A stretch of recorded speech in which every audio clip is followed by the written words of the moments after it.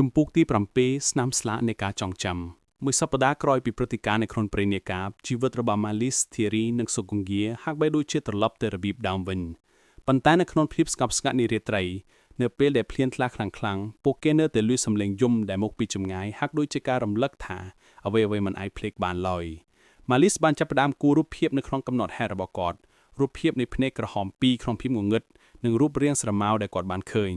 វាហាក់ដូចជាការសរសេរចុះធ្វើឲ្យគាត់មានអារម្មណ៍ថាមានសន្ទុះស្រាលៗអ្នកកំពុងធ្វើអ្វីធីរីសួរនៅពេលឃើញម៉ាលីសកំពុងគូរខ្ញុំមិនអាចភ្លេចបានម៉ាលីសឆ្លើយហើយខ្ញុំមិនចង់ភ្លេចដែរតើវាមិនចម្លែកទេដែរយើងខ្លាចវាណាស់ប៉ុន្តែឥឡូវយើងចង់ចាំវាសុគង្គាដែលកំពុងអង្គុយនៅក្បែរបង្អួចបានងាកមកចំពោះពួកគេខ្ញុំនៅតែឮសំឡេងយំនោះជាពិសេសនៅពេលភ្លៀងធ្លាក់ខ្លាំងប៉ុន្តែឥឡូវវាហាក់ដូចជាមិនក្រូតក្រាតដូចមុនទេ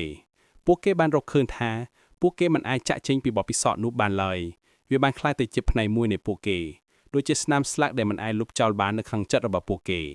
នៅថ្ងៃមួយពួកគេបានទៅជួបលោកអ៊ំរ៉ាត់ម្ដងទៀតលោកអ៊ំហាក់បីដូចជាចាស់ជាងមុនប៉ុន្តែភ្នែករបស់គាត់មានសន្ទុះភាពយល់ដឹងថ្មី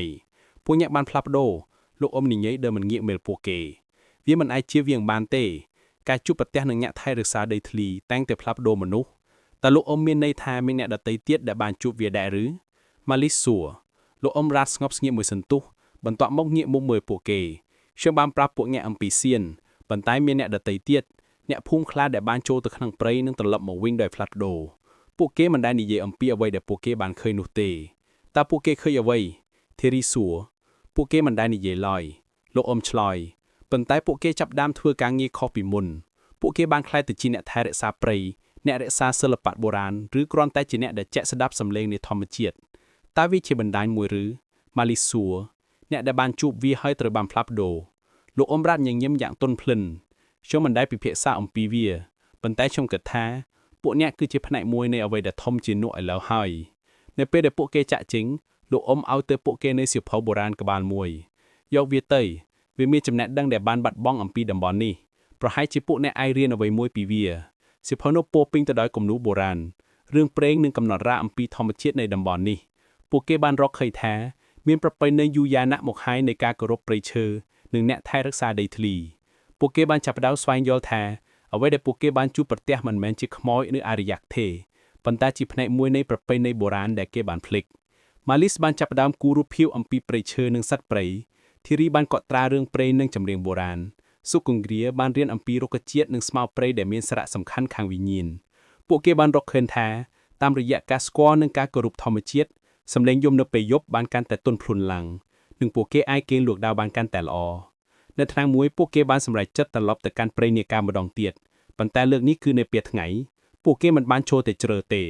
គ្រាន់តែឈរនៅកូនព្រៃដោយដាក់ផ្កានិងផ្លែឈើជាការគោរពយើងមិនចង់រំលោភលើដែនដីរបស់អ្នកទេម៉ាលីសនិយាយដោយសំឡេងទន់ភ្លន់យើងគ្រាន់តែចង់ចែករំលែកការគោរពរបស់យើងភ្លាមក្នុងនោះខ្យល់បក់មកដល់ទន់ភ្លន់និងស្លឹកឈើក៏រំខានឡើងពួកគេមានអារម្មណ៍ថាមានវត្តមានមួយកំពុងស្ដាប់ប៉ុន្តែមិនមែនជាវត្តមានដែលក្រូតក្រាតទេនៅពេលដែលពួកគេត្រឡប់មកវិញពួកគេបានឃើញផ្កាព្រៃដ៏ស្រស់ស្រានមួយដុះនៅមាត់ផ្លូវហាក់ដូចជាការឆ្លើយតបទៅវិញពួកគេដឹងថាអ្នកថែរក្សាដីធ្លីមិនមែនជាអ្នកដែលត្រូវខ្លាចទេប៉ុន្តែជាអ្នកដែលត្រូវគោរពវាមិនមែនជាអ្នករំលោភលើដែនដីរបស់វាទេប៉ុន្តែជាអ្នករំលោភលើការសុខសន្តិភាពរបស់វានៅរាត្រីនោះពួកគេគេងលក់ដោយមិនឮសំឡេងយំទេជំនួសនោះពួកគេសុបិនអំពីព្រៃឈើដ៏ស្រស់ស្អាតប្រំប្រុងនិងសត្វព្រៃដែលកំពុងរត់លេងពួកគេដឹងថាសន្យារបស់ពួកគេមិនមែនជាការគៀបសង្កត់ទេប៉ុន្តែជាការបោកដូរវាទៅកាន់ការយល់ដឹងថ្មីអ្នកថែរក្សាដីធ្លីបានផ្លាស់ប្ដូរពួកគេប៉ុន្តែមិនមែនជាការផ្លាស់ប្ដូរដែលក្រូតក្រាតទេពួកគេបានក្លាយទៅជាអ្នកថែរក្សាដែរអ្នកថែរក្សានៃអតញ្ញបងនិងអ្នកថែរក្សានៃការចងចាំហើយនៅក្នុងភាពងងឹតនៃរាត្រីនៅពេលដែលភ្លៀងធ្លាក់ពួកគេនៅតែឮសំឡេងយំពីចម្ងាយប៉ុន្តែឥឡូវវាហាក់ដូចជាសំឡេងនៃការរំលឹកមិនមែនជាសំឡេងនៃការគំរាមកំហែងទេសំឡេងនៃអ្នកថែរក្សាដីធ្លីសំឡេងនៃព្រៃឈើនិងសំឡេងនៃអតីតកាលដែលមិនដែលបាត់បង់ឡើយជំពូកនេះបញ្ចប់ដោយភាពស្ងប់ស្ងាត់ដោយយុវជនទាំង3បានទទួលស្គាល់តួនាទីថ្មីរបស់ពួកគេជាអ្នកថែរក្សានៃអតញ្ញបងនិងរៀនរស់នៅដោយសុខសន្តិភាពជាមួយនឹងវត្តមាននៃអ្នកថែរក្សាដីធ្លី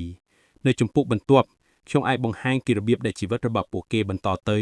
និងរបៀបដែលបទពិសោធន៍នេះបានបង្កើតឲ្យពួកគេក្លាយទៅជាមនុស្សថ្មី